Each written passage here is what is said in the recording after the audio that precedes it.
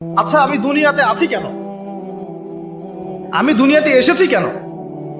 এক সময় তো আমি ছিলাম না, আবার এক সময় আমি থাকবও না। কেউ এসে চিরস্থায়ী হতে পারে নাই, তো আমরাও পারবো না। তো আল্লাহ পাক আমাদেরকে সৃষ্টিটা করলেন কেন? আমার কাছে আমার রব কি চান? আমি যদি না থাকতাম তাহলে আমার পরিবার চলতো কিনা, আমার সমাজটা চলতো কিনা, আমার শিক্ষা ব্যবস্থাটা চলতো কিনা, আমার দেশটা চলতো কিনা, এই বিশ্বের ঘূর্ণন চলতো কিনা, আর্নিক গতি চলতো কিনা, থেমে যেত? উত্তর না। আমি না থাকলে আর্নিক গতি থামতো না। আমি না থাকলে কি আমার পরিবার থেমে থাকতো না, আমার সমাজ থেমে থাকতো না, এই মসজিদ থেমে থাকতো না, এই রাজনীতি থেমে থাকতো না, অর্থনীতি থেমে থাকতো না, দেশও থেমে থাকতো না, উম্মাও থেমে থাকতো না। তাহলে আল্লাহ পাক আমাকে কেন সৃষ্টি করলেন? আমার কি রোল আছে এখানে? আমার কি ভূমিকা? এই এতটুকু চিন্তা করার মতো আমাদের জেনারেশন আমরা পাচ্ছি না। আপনারা ফোন বের করে ছবি তুলতেছেন, ভাবেন এগুলো নিয়ে। আমাকে দিয়ে কি করবেন? আমাদের তো কিচ্ছু করার নাই এই কথাগুলো বলা ছাড়া। এই কথাগুলো বলা বা সচেতনতা তৈরি করা ছাড়া আমাদের হাতে কিছুই করার নাই। Not at all, absolutely nothing. কিচ্ছু করার নাই। এইসব ফ্যান্টাসি দিয়ে লাভ নাই। আপনাদের মধ্য থেকে জেনারেশন তৈরি করতে, আলেম তৈরি করতে হবে। আপনাদের মধ্য থেকে কারি, হাফেজ, দাঈল আল্লাহ এবং উম্মার নেতৃত্ব প্রদানকারী জেনারেশন তৈরি করতে হবে। এইসব চেয়ারে বসে কয়জন? সারা বাংলাদেশে হয়তো 50 জন, 100 জন। এই 100টা মানুষ ইউনাইটেড না, তারাও বিক্ষিপ্ত। 16 কোটি মুসলিমের দেশ বলছেন, 16,000 দলে বিভক্ত। এর মধ্যে সবচেয়ে বিশুদ্ধ যেটাকে আমরা মনে করি, সেখানেও দেখবেন যে আরো 10টা 20টা দল হয়ে বসে আছে। এর বাইরে গিয়ে আবার যারা বললো না তারা বিশুদ্ধ নয়, আমরাই সবচেয়ে বিশুদ্ধ, ওদের মধ্যেও 10টা দল হয়ে গেল।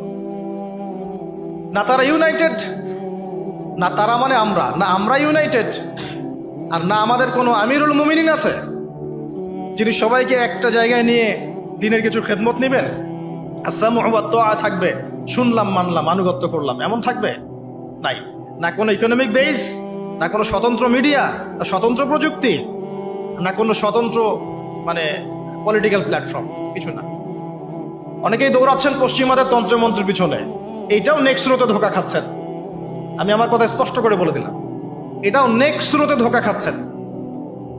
এটা তাদের জন্য শোভা পায় যারা ধর্ম এবং রাজনীতি আলাদা করে চিন্তা করেন। ওইটা একটা জিনিস, এটা একটা জিনিস, সে তার মতো রাজনীতি করছে। এটা তাদের জন্য শোভা পায়। যাদের কাছে কোরআন আছে, যাদের কাছে হাদিস আছে, নবীর সুন্নাহ আছে, তারা যখন এই ড্রেনের মধ্যে নেমেছে, তখন ইসলামের খেদমতের জায়গায় ক্ষতিও বেশি হয়ে যাচ্ছে। কোনো কোনো সময় কিছু কিছু বেনিফিট হয়তো আপনি পাচ্ছেন, মনে করছেন এই অল্প অল্প বেনিফিটে হয়তো অনেক কিছু হয়ে যাবে। ভুল ধারণা আপনার। একটাই উপায়, একটাই মানহাজ, একটাই পথ পদ্ধতি, নবী সাল্লাল্লাহু আলাইহি ওয়াসাল্লামের সিরাত। নবী সাল্লাল্লাহু আলাইহি ওয়াসাল্লামের সিরাত, তার জীবনী। এই জীবনী আমাদেরকে শেখাবে কিভাবে ইসলাম শূন্য থেকে একদম আসমানে উঠেছে, কিভাবে ইসলাম একদম শিকড় থেকে শেকড়ে গিয়েছে, শেখাবে সিরাত, নবী সাল্লাল্লাহু আলাইহি ওয়াসাল্লামের জীবনী। ইয়াং জেনারেশনকে জিজ্ঞাসা করেন কতজন পড়েছে সিরাত। ওইখান থেকেই আপনাকে কথা বলছিলাম, ওই যুগটাকে কেন জাহিলি যুগ বলেন, এত কেন টিটকারি করি, এত কেন তাকে ধিক্কার দেই? কারণ ওই যুগে শিরক ছিল। শিরক আকবার। এখনকার বিশ্বে শিরকে আকবার দিয়ে ভর্তি। কোন কোন সেক্টরে বলছিলাম, এডুকেশনে আছে শিরক, ইকোনমিক্সেও শিরক আছে। এটা বোঝার জন্য অনলাইনের ব্রাদার্স সিস্টার্সরা আপনাকে হেদায়েত দিতে পারবে না।